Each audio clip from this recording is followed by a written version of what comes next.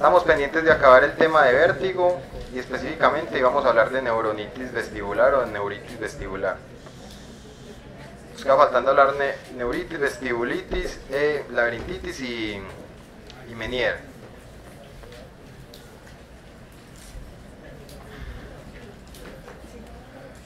La neuritis vestibular es otra de las formas de vértigo periférico.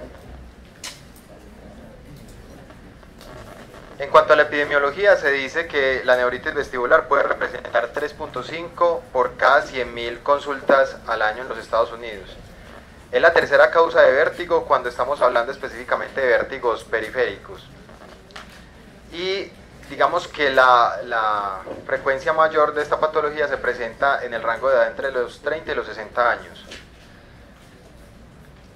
Se ha propuesto para la etiología de esta patología, de esta inflamación del oído interno, una etiología viral, que se ha mencionado que el virus implicado es el herpes simple, o una patología o una etiología vascular en la que se piensa que hay algún tipo de disminución en el flujo sanguíneo de la cóclea y del vestíbulo, y que eso es lo que da como tal origen a esta inflamación del nervio. La característica que tiene este vértigo es que es de los más sintomáticos, es decir, el paciente realmente está muy maluco cuando consulta por una neuritis vestibular.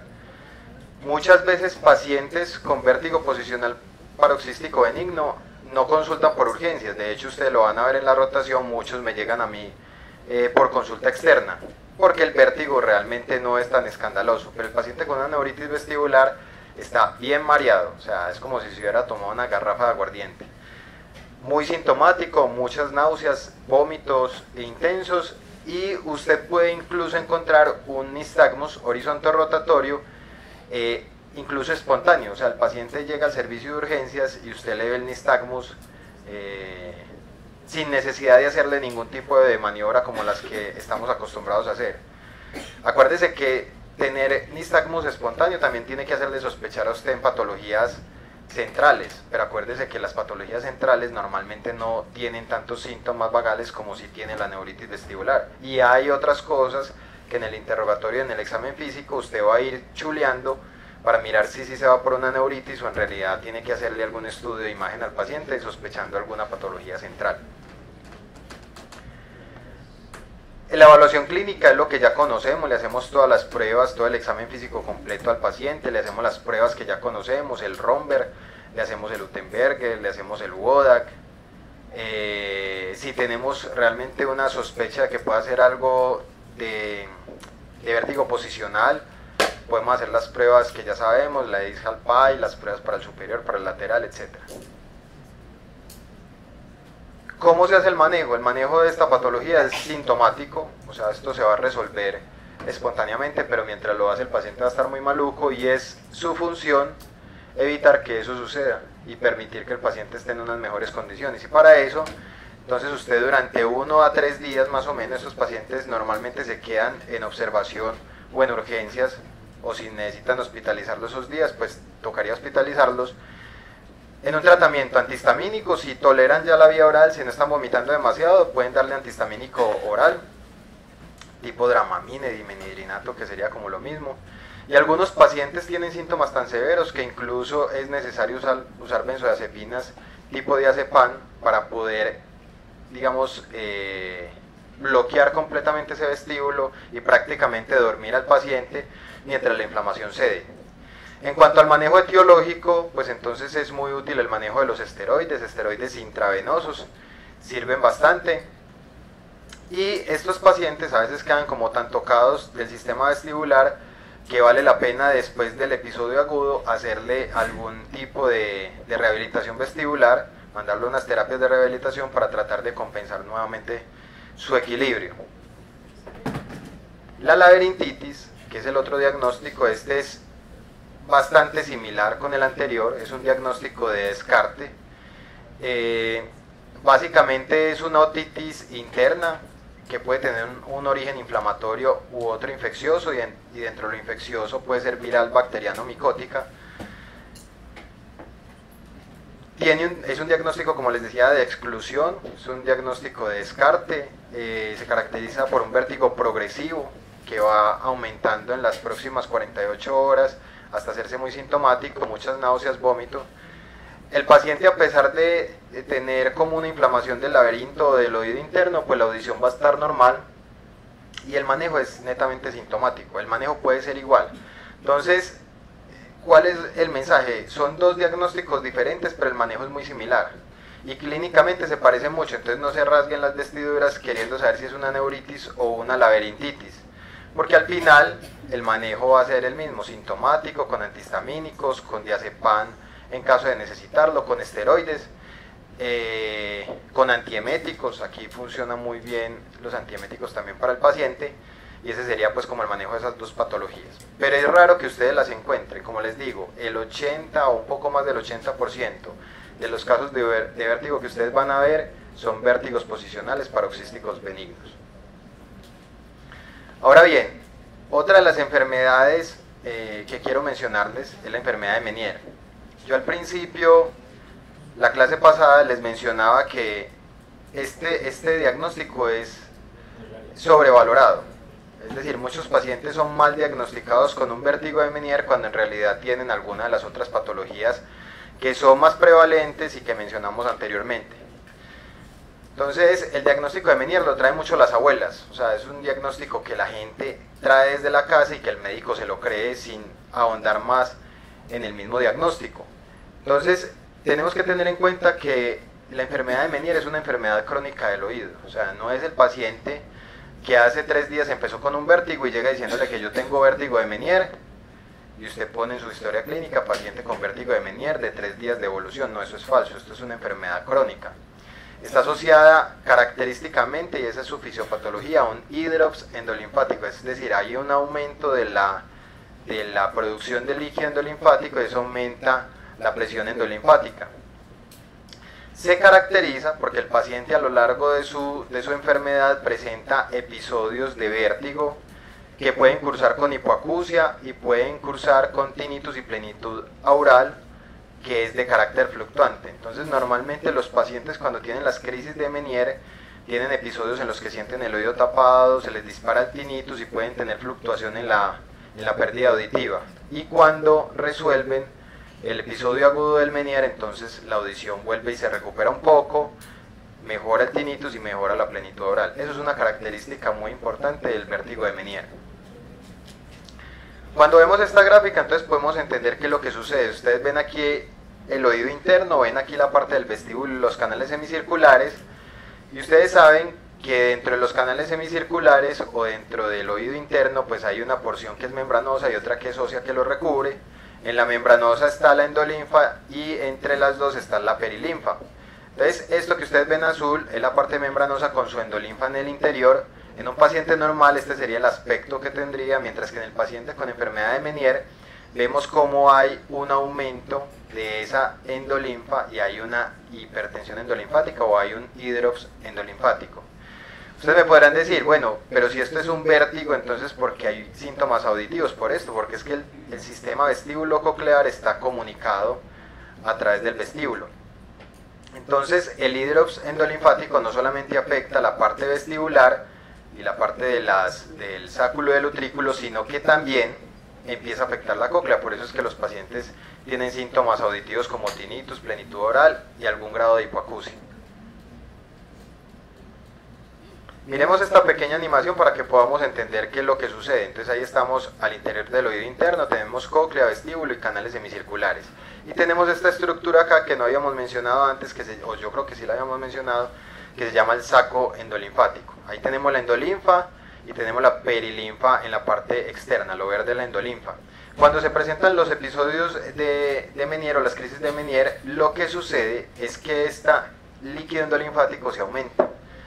¿Por qué? Porque se da una hipertensión a este nivel. Entonces, al aumentarse, este conducto coclear, hablando específicamente de la cóclea, se empieza a dilatar y es lo que da los síntomas auditivos, y en el vestíbulo también se dan unas dilataciones que es lo que genera el vértigo.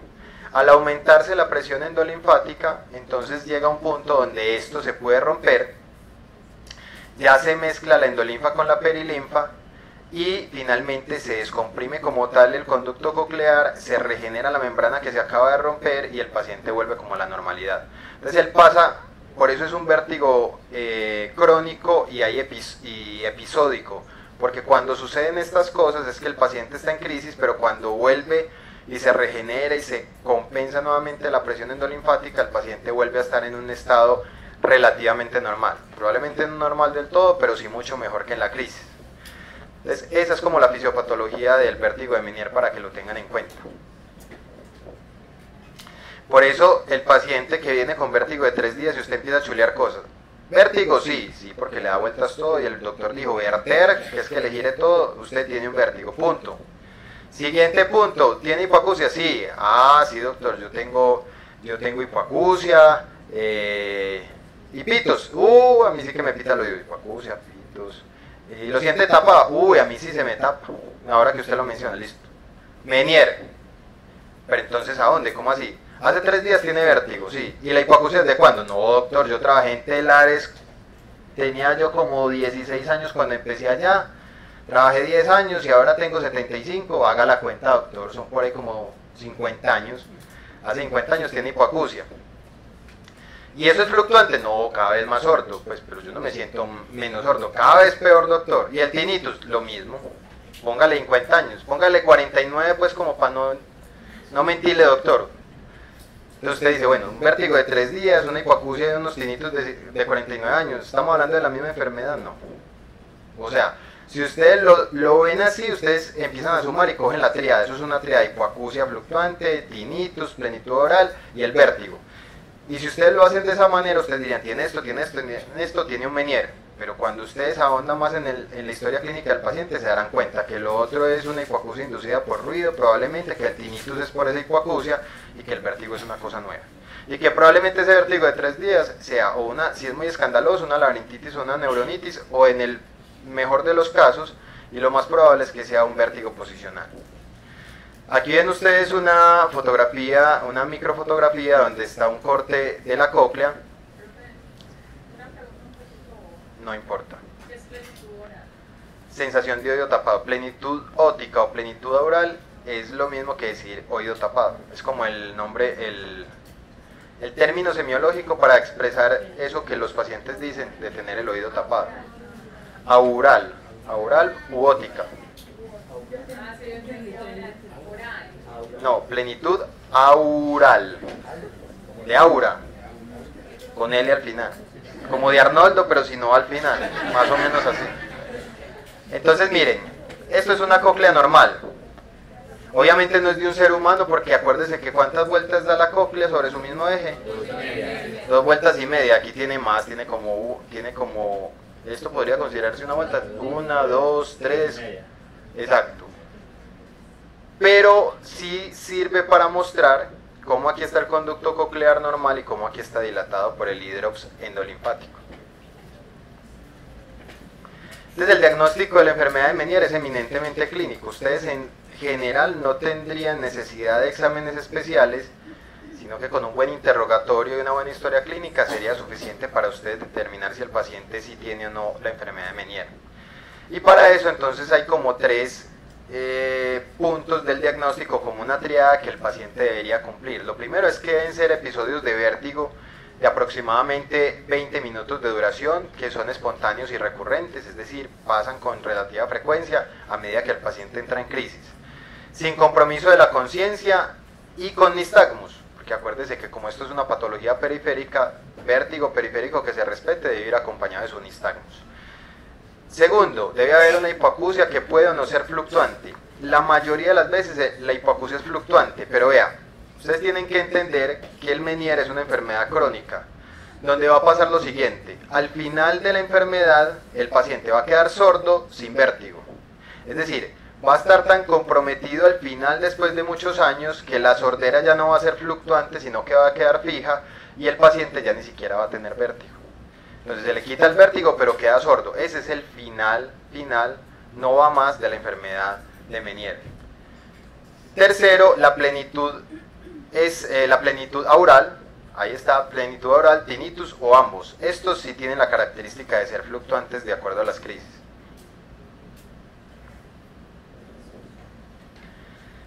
¿Cómo hay que manejar un paciente con Meniere? Hay dos ramas del manejo, una que es el manejo crónico y otra que es el manejo agudo.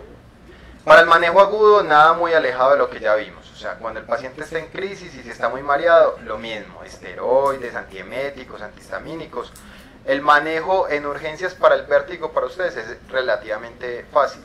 O sea, el manejo del vértigo escandaloso y sintomático es ese.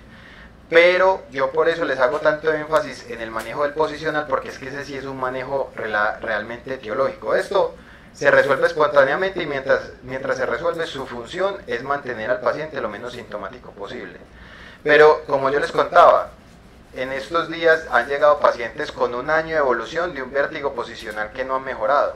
¿Por qué? Porque las piedras, si no se reponen, no mejoran. Usted le puede mandar antihistamínicos, antieméticos, esteroides y esas cosas pueden mitigar en parte la respuesta del sistema vestibular y los síntomas del paciente, pero nunca lo van a curar. Entonces, esos pacientes, por eso es tan importante que ustedes conozcan las maniobras, porque en esos pacientes ustedes pueden hacer un tratamiento curativo de forma inmediata.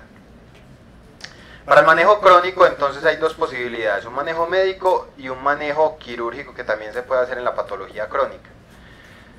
En el tratamiento agudo, entonces, se utilizan normalmente los supresores vestibulares, que son los antihistamínicos, antieméticos, benzodiazepinas en pacientes muy sintomáticos también se pueden utilizar, y esteroides serían serían de utilidad cuando el paciente manifiesta hipoacusia, que en realidad cuando está en crisis va a manifestar algo de hipoacusia o de plenitud oral, entonces serían efectivos. Para el manejo crónico, esto tiene algo de similitud a lo que se hace en el manejo crónico preventivo para migraña y para hipertensión arterial. Entonces, miren, hay unos desencadenantes, así como la migraña en los pacientes con Meniere, que ellos identifican, por ejemplo, la cafeína, el alcohol o la nicotina. Si esas cosas desencadenan las crisis vertiginosas, pues entonces en la medida de lo posible es orientar al paciente para que las evite. Y la otra cosa es entender que como esto es una hipertensión endolinfática, pues entonces sería una conducta apropiada mantener una restricción de sal a 1.5 o 2 gramos al día, que es más o menos como la recomendación que se haría en un hipertenso, porque con eso lo que se busca es disminuir la producción de ese líquido endolinfático y disminuir también las crisis hipertensivas endolinfáticas. El tratamiento crónico médico entonces se haría con algunos medicamentos, entre ellos los diuréticos. El que más se utiliza en Meniere es la hidroclorotiazida. Lo que se supone que hace es que disminuye la producción de endolinfa y con eso las crisis. No hay muy buena evidencia, no hay muchos estudios que la soporten, pero a pesar de eso, digamos que la usamos porque los pacientes tienden a mejorar, pero siempre tengan en cuenta los efectos secundarios como la hipocalemia, la acidosis metabólica, entre otros, y sepan que no está tan bien estudiada por si ustedes en algún momento ven que los efectos adversos o los riesgos superan los beneficios del medicamento, pues simplemente no lo den. No es como otros medicamentos que uno dice, es que este es el tratamiento para esa patología y si no se le da no se va a mejorar. No, este es un coayudante a la patología. Y si los riesgos superan los beneficios, pues simplemente se descarta del manejo. Otro que se utiliza con frecuencia y que está realmente estudiado en la enfermedad de Meniere es la betahistina. No tanto así para otros tipos de vértigo periférico. Entonces, lo que yo les he comentado en otras clases anteriores, muchos pacientes llegan a la consulta manejados. Lo primero que le ha mandado el médico de EMI, que yo también lo mandé porque fui médico de EMI, era feliz, pues es que en esa época uno no tenía mucho conocimiento y muchas herramientas tampoco, ni siquiera uno tenía una camilla donde atender a un paciente, era en el sofá o en la cama del paciente en coma o alguna cosa. Entonces uno terminaba mandando cosas como Verum, pues que son marcas comerciales de betahistina. Pero si entendemos la lógica del vértigo periférico y sabemos que el 80% son posicionales y que no necesitan medicamentos sino maniobras, entonces seguramente yo mandé en esa época más betahistina de la que debía haber mandado. Debía haber hecho más reposición y menos betahistina. Entonces, donde realmente sí hay, digamos, artículos y estudios que la valen es en el manejo del vértigo de Meniere. Porque se ha visto que la betahistina tiene una función de vasodilatación, disminuye la isquemia en el oído interno y mejora como tal el hidrops endolinfático. Y también tiene como cierto efecto que se ha estudiado bloqueador sobre los canales o los núcleos vestibulares del tallo cerebral, y con eso también se mejora la sensación vertiginosa del paciente. Los pacientes con vértigo de Meniere, al ser una enfermedad crónica, sí son muy buenos candidatos a rehabilitación vestibular. Estos pacientes, por lo general, como llevan tantos años con vértigo, les conviene mucho que los coja una terapeuta vestibular y les haga por ahí unas 10 sesiones de rehabilitación. No solamente de fortalecimiento de la parte vestibular, sino de los otros reflejos que yo les mencionaba. Del reflejo vestibulocular, de la parte propioceptiva, de la parte del reflejo vestíbulo-espinal. Todo eso va mejorando la estabilidad del paciente. En cuanto al tratamiento médico no invasivo o no quirúrgico, tenemos la terapia intratimpánica. Resulta que en el vértigo de Meniere está bien aceptado usar inyecciones intratimpánicas, es decir, llevar directamente al tímpano un producto e introducirlo en el oído medio. Se han utilizado dos tipos de productos, gentamicina y esteroides. La gentamicina funciona porque, como ustedes saben, gentamicina es un aminoglicósido y los aminoglicósidos son ototóxicos, y cuando se ponen directamente en el oído medio, se presume que lo que hace es una ototoxicidad directa. Entonces, lo que uno busca con la gentamicina es tratar de fundir ese vestíbulo que está funcionando mal para que el paciente pueda estar mejor. Es hacer como una labirintectomía química. Pero tiene sus indicaciones que vamos a ver a continuación. La técnica para hacer una infiltración intratimpánica con el paciente despierto, con un microscopio, una aguja delgada, se localiza la membrana timpánica y se punciona esta y se introduce el medicamento. El paciente, posterior al procedimiento, se lateraliza y se le pide en lo posible que no trague. Porque ¿qué pasa si el paciente empieza a deglutir? ¿Ustedes qué piensan? Hace movimientos de la trompa de Eustaquio y por la trompa se va el líquido y el esteroide termina en la faringe, y ahí no le hace muy buen efecto el esteroide o la gentamicina, sea cual sea el caso de lo que estemos infiltrando. Entonces, ¿cuáles son las indicaciones y contraindicaciones de la gentamicina? Pues cuando estamos hablando de gentamicina, tenemos como indicación enfermedad unilateral y que el vértigo sea el principal síntoma. ¿Qué quiere decir eso? Como sabemos que la gentamicina tiene un efecto ototóxico, entonces la idea es que el paciente tenga una enfermedad unilateral. Si de casualidad el paciente tuviera un Meniere bilateral que se puede presentar, usted infiltrarlo con gentamicina es riesgoso. ¿Por qué? ¿Qué les dije yo que era el final no va más de los pacientes con vértigo de Meniere? Terminar sordos o con una hipoacusia pues importante. Entonces, si la enfermedad lo va a llevar a eso, usted le va a poner una gentamicina que probablemente pueda hacer efectos ototóxicos y pueda dañar la audición o afectar la audición de ese paciente. Entonces, puede que usted en este momento le haga una infiltración y le genere un daño en el oído que infiltró, y puede que en el otro lado el Meniere vaya haciendo su efecto y lo vaya dejando sordo del otro. Entonces el paciente va a quedar con una hipoacusia bilateral importante. Y la otra cosa es que cuando el vértigo sea el principal síntoma, si el paciente no tiene vértigo, si está en esa fase terminal del Meniere o en esa fase final donde ya tiene hipoacusia pero ya no tiene vértigo, entonces no tiene sentido infiltrarlo con gentamicina, porque si no hay vértigo no hay por qué infiltrarlo. ¿Cuándo está contraindicado? Va muy asociado con lo que acabamos de hablar, en Meniere bilateral, por lo que les acabo de explicar. O sea, si tiene dos compromisos de los dos oídos, usted le puede dañar uno por ototoxicidad y el otro se le va a dañar al Meniere por evolución. Compromiso auditivo del oído no afectado por Meniere, eso puede pasar. Puede que usted tenga un Meniere en el oído derecho, pero en el oído izquierdo hizo una hipoacusia súbita hace 20 años. Entonces ya este venía tocado con algo de sordera y este ya tiene un Meniere. Muy de malas el paciente, pero puede suceder. Si este está malo con anterioridad y usted va a infiltrarlo con gentamicina, puede dañar la audición de este y puede quedar el paciente peor. O cuando hay intolerancia al medicamento o algún tipo de reacción alérgica con los aminoglicósidos, pues obviamente no debería uno infiltrar. Esteroides intratimpánicos es la otra opción. ¿Cuándo se hace? Bueno, en realidad no conocemos bien el mecanismo exacto de los esteroides intratimpánicos, pues presumimos que es por su efecto antiinflamatorio, pero no se sabe exactamente cómo es que funciona la patología de Meniere. Todavía incluso no hay consenso en la dosis, hay varios esquemas que se pueden utilizar, unos interdiarios, uno semanal, las dosis pueden variar de un autor a otro, entonces no tenemos como una buena, no estamos como bien centrados en cuál es la dosis y la frecuencia exacta que debemos usar. La buena cosa de los esteroides es que preserva la audición. Entonces, a diferencia de la gentamicina, los esteroides no tendrían riesgo de ototoxicidad y en este caso preservaría la audición. Y si uno es simplemente lógico, uno podría ya analizar cuáles son las indicaciones y las contraindicaciones del esteroide. Entonces, en cuanto a las indicaciones, ¿se puede utilizar en Meniere unilateral? Sí. Así como en Meniere unilateral, usted también podría utilizar gentamicina. Pero también sería una muy buena opción en el Meniere bilateral. ¿Por qué? Porque protege la audición. ¿Cuándo tendría que tener usted precauciones? En pacientes que estén inmunodeprimidos.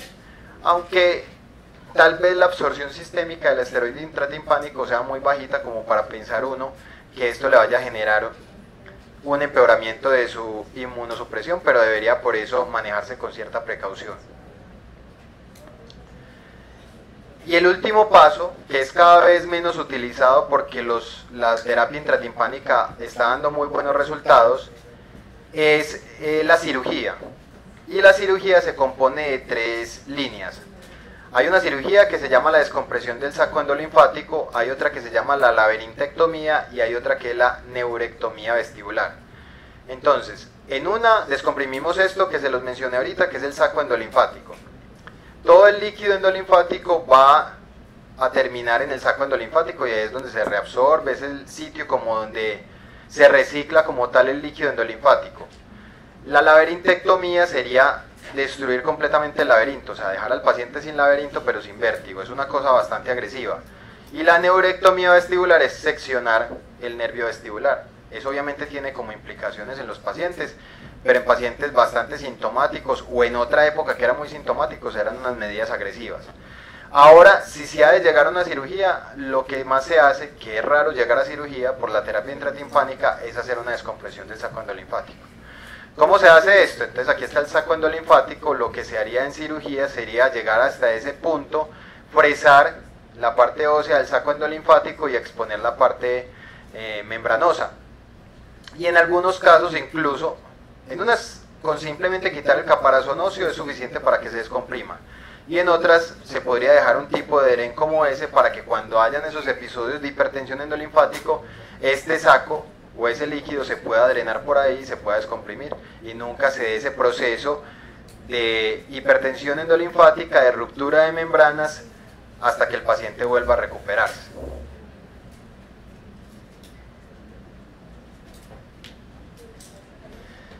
Bueno, entonces eso era lo que teníamos de Meniere y la parte final de vértigo.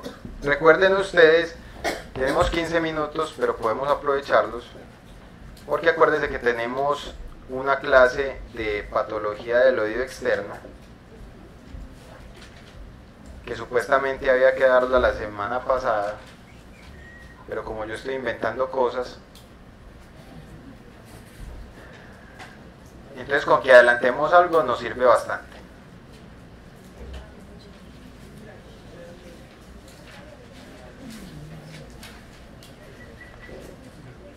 ¿Tienen clase ahorita?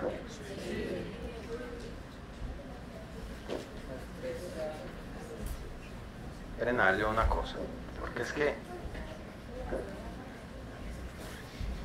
déjenme ver el cronograma, porque a veces de pronto para consolidar la información,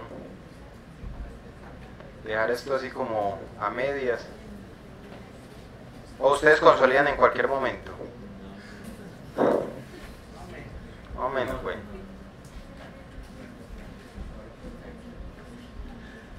Muchachos, otra vez con este parcial.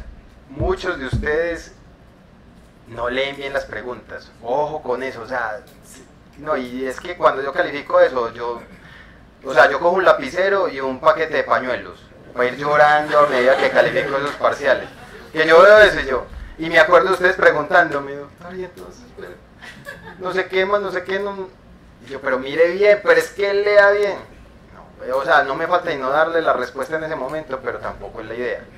sea, lean bien, muchachos. O sea, y yo eso que casi que me esmero por ponerles entre paréntesis, el oído afectado, o sea, el que está malo, o sea, el que no funciona bien, porque es que me han preguntado, o sea, que el oído afectado es el que está, sí, o sea, yo creo que eso es lógico, pero se los pongo. Entonces, ojo con eso, muchachos, que sí es muy triste que ustedes se tiren preguntas de un parcial por no leer.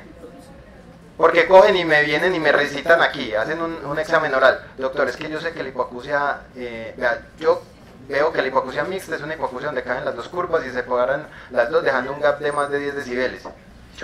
Y entonces, no sé. Vuélvalo y repítalo y allá en... No. Bueno, entonces, a ver, estamos 11 parcial, patología del oído medio. ¿Será que nos da? ¿Sí nos da? Van a decir que están cansados. Patología nasal común. No, vea, sí, después de parcial es muy difícil. Ahí porque sí teníamos que desatrasarnos de vértigo y dejar eso chuleado. Pero yo pienso que podemos, la próxima clase tal vez podemos ver oído medio y oído externo. O en alguna de estas, pero la metemos porque la metemos.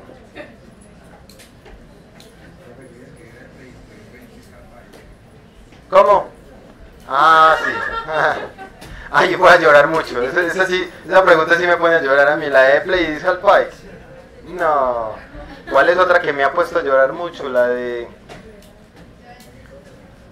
Ah, bueno, la de la suma, pues, eso sí.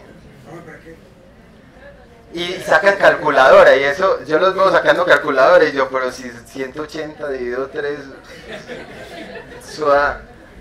Yo, pero para acá, bueno, sáquenla. Le sacan raíz cuadrada, yo los veo por allá aplicando funciones algebraicas, y yo, pero ¿qué es eso?